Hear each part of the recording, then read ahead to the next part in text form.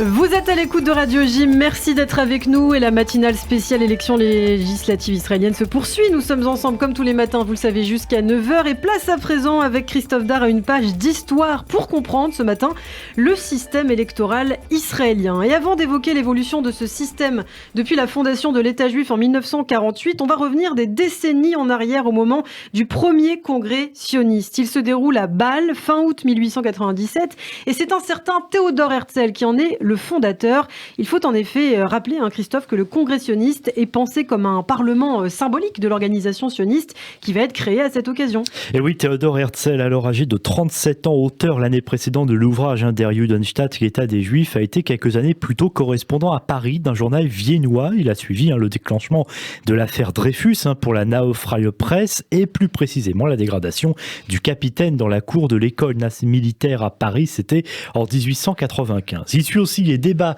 à l'Assemblée nationale où justement l'affaire Dreyfus fait l'objet de vifs débats et au Palais Bourbon comme ailleurs. Dans Paris, il est témoin de l'antisémitisme que l'on rencontre notamment dans la presse de l'époque et cela va donner lieu chez Herzl à un engagement sioniste qui aboutit donc à la création du premier congrès sioniste 29 août 1897. Il s'ouvre dans le casino municipal de Bâle en Suisse. Ce congrès accueille 200 participants venus de 17 pays dont 69 sont des délégués de différentes sociétés sionistes. Théodore Herzl propose alors la fondation de l'organisation sioniste et présente la déclaration des objectifs du sionisme, plus connue sous le nom de programme de Bâle. Il doit être voté par les participants, tout comme l'adoption de la Tikva pour hymne et celui qui prendra aussi la tête de l'organisation sioniste à la manière donc de ce qu'il a vu à l'Assemblée nationale quand il était correspondant à Paris. Eh bien, Herzl assiste au débat entre les participants qui ont des sensibilités différentes. C'est l'objectif et donc tout doit se conclure par un vote, sauf les non-juifs invités au congrès, censés s'abstenir de voter, tout comme 17 femmes également présentées, qui elles aussi n'ont pas le droit de vote. Et lors de ce vote, Théodore Herzl est élu sans surprise président de l'organisation sioniste. Parmi les 3 vice-présidents élus, on trouve Max Nordau, sorte d'alter ego de Herzl, malgré 11 années de plus. Oui, en effet, comme Herzl est originaire de Pest dans l'actuelle Hongrie, lui aussi a été envoyé à Paris comme correspondant du journal viennois Die Neue Presse et la conversion de Nordau au sionisme est aussi lié à l'affaire Dreyfus. Et puis un grand conseil lors de ce congrès sioniste composé de 15 membres est élu, ainsi qu'un conseil restreint, lui composé de 5 membres. Le congrès sioniste se réunit chaque année à Bâle de 1897 à 1901, sauf en 1900 à Londres, et donc toute décision est soumise au vote. Exactement, comme la création en 1898 de la Banque du Peuple, par exemple, ou encore la création du Fonds national juif lors du 5e congrès sioniste, et dont l'objectif, c'est l'achat de terres en Eretz Israël. Et puis Herzl préside l'organisation sioniste jusqu'en 1904, c'est l'année de sa mort. Jusqu'en 1946, à l'exception des 2 guerres mondiales, le congrès sioniste mondial se déroule tous les 2 ans. Des délégations représentent tous les juifs, quel que soit leur pays, leur langue, leur tradition religieuse ou encore leur sensibilité politique. Et ce qui donne lieu du coup à des échanges houleux et aussi des menaces de scission de certains mouvements, mais toute nouvelle décision passe par le vote, comme par exemple la fondation de l'Université hébraïque de Jérusalem, évoquée déjà lors du 11e congrès à Vienne en 1913, mais qui sera décidée que 10 ans plus tard, ou bien encore la création du Keren HaYesod, ça c'est au 12e congrès de 1921, ou bien aussi la création de la commission sioniste en 1929, qui est en fait la future agence juive. Les congrès sionistes sont un vrai parlement en fait où l'on discute de tout, des alias, des relations avec les populations arabes, ou bien encore de la prise du pouvoir d'Adolf Hitler en Allemagne en 1933 et surtout de la situation des juifs du pays. Et comme dans un parlement, il y a tous les courants. Par exemple, Léon Blum, député socialiste français, représente la gauche. Non sioniste au congrès de Zurich en 1929, comme dans une assemblée aussi, forcément il y a des coups d'éclat. Des fois la voix prend le dessus. En 1931, lors du 17e congrès sioniste de Bâle, les adeptes du sionisme révisionniste de Jabotinsky, les partisans d'une opposition ferme à la politique mandataire britannique, vont quitter la salle en claquant la porte. Ils déchirent leurs 4 de membres et durant cette période, celui qui est resté le plus longtemps à la présidence de l'organisation sioniste, c'est le chimiste Chaim Weizmann qui occupe la fonction pendant 21 ans tout de même et sera le futur premier président de l'État d'Israël.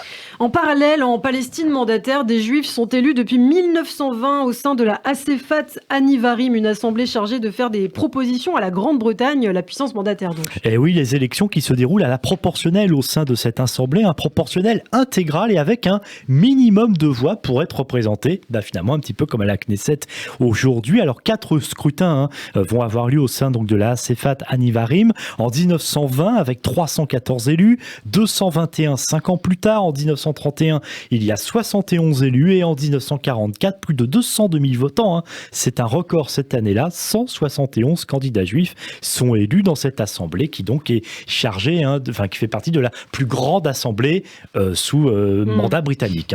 À la fondation de l'État d'Israël, le 14 mai 1948, une grande partie des institutions du pays ont en fait déjà été mises en place au cours des congrès sionistes précédents. David Ben Gurion est d'ailleurs au moment de la création de l'État le président de l'organisation sioniste mondiale. Et pendant la guerre d'indépendance israélo-arabe qui débute le lendemain même de la fondation de l'État d'Israël, un conseil du peuple, 37 députés voient le jour et ces séances se déroulent à Tel Aviv, au Keren Hayemet, c'est au siège même du Fonds national juif, alors que la guerre israélo-arabe se poursuit d'ailleurs, ce sera jusqu'en mars 49, des élections nationales à la proportionnelle sont organisées entre-temps le 25 janvier 49, avec déjà d'ailleurs à pourvoir à l'époque 120 sièges.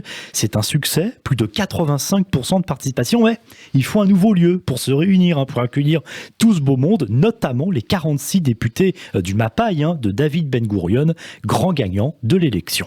Et finalement, c'est à Jérusalem, au siège de l'agence juive, que cette assemblée constituante se réunit le 14 février 1949, jour de la fête de Tou Bishvat, sous le nom donc de Knesset, et qui signifie tout simplement assemblée en hébreu. Et oui, 14 février 1949, date importante. David Ben Gurion, qui accède alors au poste de Premier ministre, et Chaim Weizmann est élu président de l'État par cette même Knesset. La Knesset qui va mettre du temps à trouver un endroit stable pour se fixer. Elle va d'abord se réunir pendant aussi un premier temps à Tel Aviv, au musée d'art, dans un cinéma, dans un hôtel, et puis de 1950 à 1966 au Beit Frumin, rue King George à Jérusalem.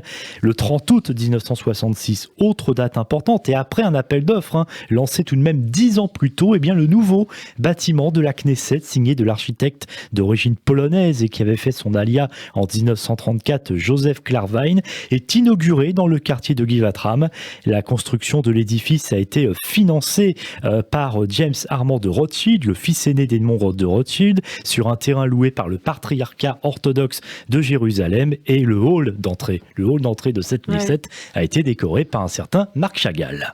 Depuis, c'est dans ce lieu qu'ont siégé les 120 députés à l'issue de 24 élections qui se déroulent toujours donc à la proportionnelle et selon un seuil d'éligibilité, d'abord de 1% jusqu'en 1992, 1,5% en 2003, puis 2% en 2006 et enfin 3,25% depuis 2014. Ce qui n'empêche pas d'avoir, on le constate encore aujourd'hui, un large éventail politique de représentation. Il est à noter d'ailleurs qu'Israël n'a pas l'équivalent d'un Sénat ni d'une constitution. En 1950, un projet de constitution est préparé et des lois fondamentales ont été adoptées entre 1958 et 1992, considérées comme supérieures par la Cour suprême, donc la plus haute juridiction depuis 1995. 12 lois fondamentales existent aujourd'hui et donc font figure, finalement, on pourrait dire, de constitutions sur différents sujets. Je vais les citer, la Knesset, les terres en Israël, le président de l'État, le gouvernement, les finances, l'armée, mais aussi Jérusalem, capitale d'Israël, le pouvoir judiciaire, le contrôle des comptes, la liberté et la dignité humaine, sans oublier la liberté professionnelle. Et depuis 4 ans, 2018, Israël, État-nation du peuple juif. Alors pour terminer rapidement, il faut rappeler que le Parlement a de nombreuses prérogatives. Il vote les lois, le budget, contrôle le gouvernement, élit le président de l'État et peut aussi censurer le gouvernement. Et oui, c'est important de le rappeler pour savoir évidemment de quoi on parle un jour d'élection. Le président de la Knesset qui est par ailleurs le deuxième personnage du pays. Et puis pour finir, avec 52 mois, la Knesset la plus longue, c'est la 3e en 1955, ça laisse songeur. Et la plus courte, 5 mois seulement, c'était tout récent, c'était en avril 2019. Merci beaucoup Christophe, vous êtes avec nous tout au long de cette édition sur Radio J.